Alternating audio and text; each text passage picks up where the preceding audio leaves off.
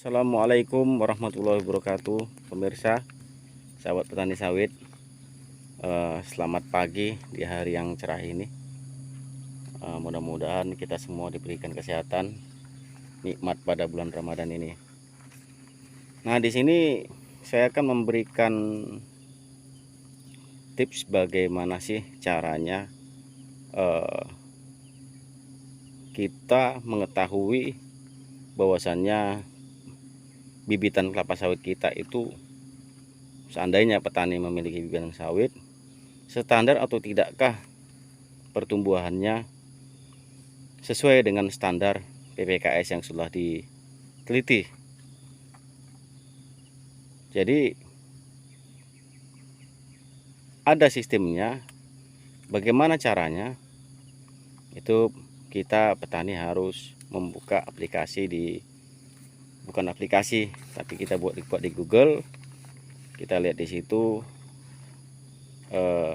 standar pengukuran bibitan kelapa sawit PPKS. Jadi situ akan muncul di situ standar normalnya dari umur 1 bulan sampai umur 1 tahun lebih. Baik itu dari jumlah daun, parameternya jumlah daun, diameter batang, kemudian tinggi tanaman.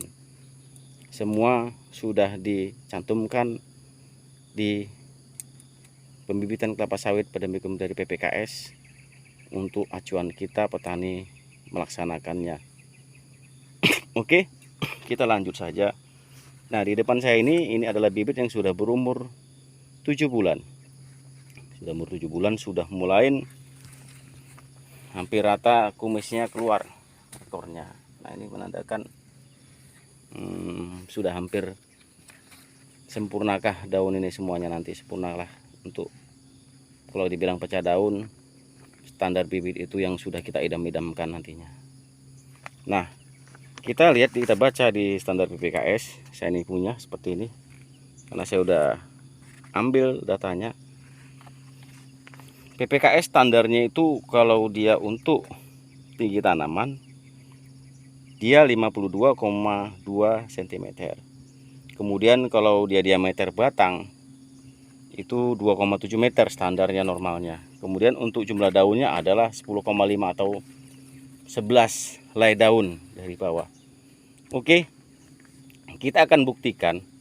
Kita ambil acak secara ini ya, nanti kita akumulatifkan seperti itulah caranya. Nanti petani ambil berapa sampel, kemudian nanti contoh ada 10 sampel, ditambahkan dibagikan 10, itulah rata-ratanya nanti standarnya yang harus dilaksanakan. Oke, kita ukur berapa tinggi tanamannya. Kita ukur tinggi tanamannya mulai dari bawah sampai daun tertinggi ya pemirsa.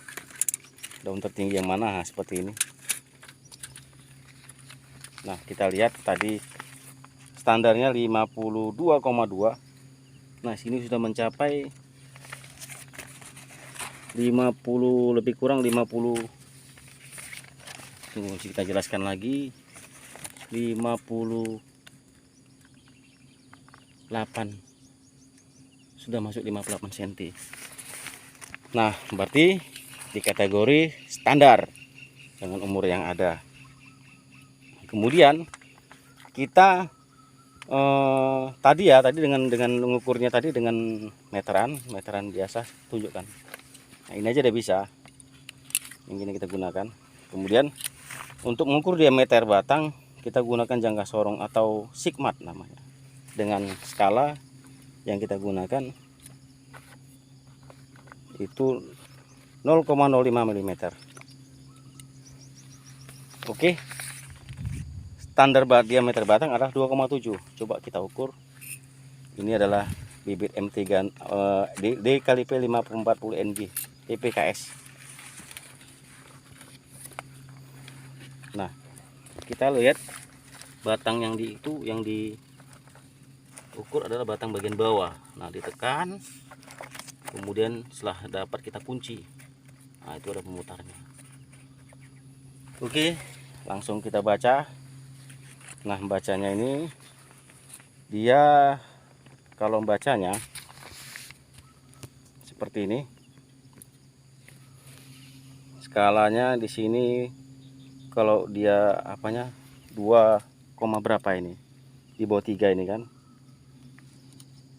Di bawah 3 berarti 2, berapa itu? Coba yang dia yang 0,05-nya ini di mana telurusnya? 3. 2,3.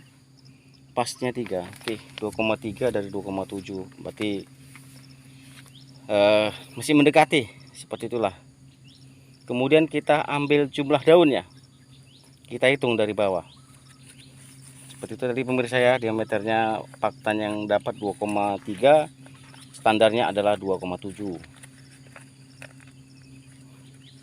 Coba dihitung. 1, 2, 3, 4, 5, 6, 7, 8, 9, 10, 11. Nah, 11 selai pemirsa. 11 tadi kan 10,5. Ini dikatakan ini yang tadi separuhnya ini. Makanya 10,5 ini belum membuka, makanya dibilang itu separuh. Nah, seperti ini pemirsa standar. Jadi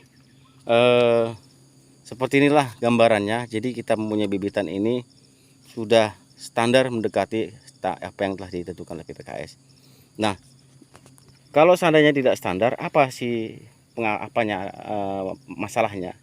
Bisa jadi kalau nggak standar dari tinggi, diameter, kemudian jumlah daun, berarti salah satunya itu dari air.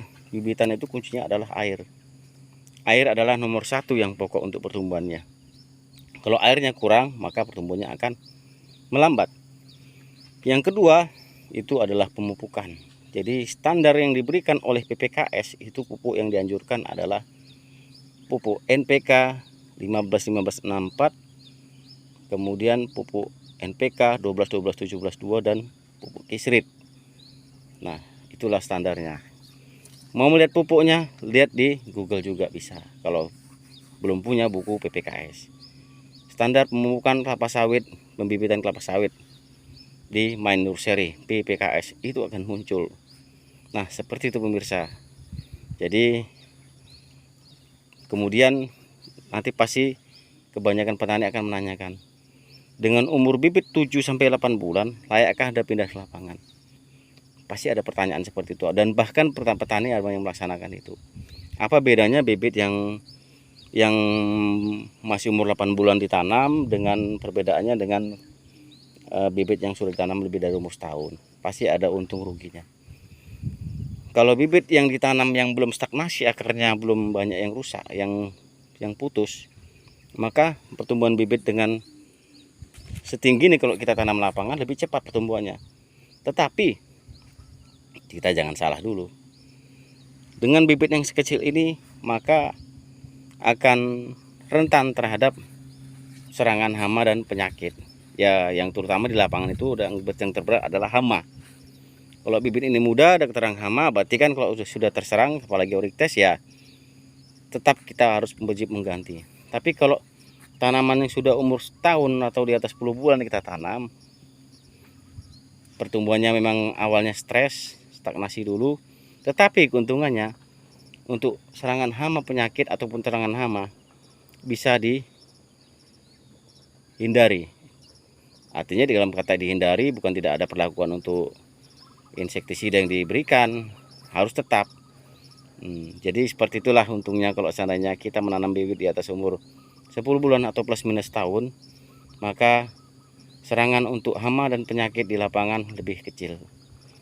Ya, seperti itulah pemirsa tips dari saya bagaimana caranya untuk menentukan standar atau tidakkah bibitan kelapa sawit kita ini.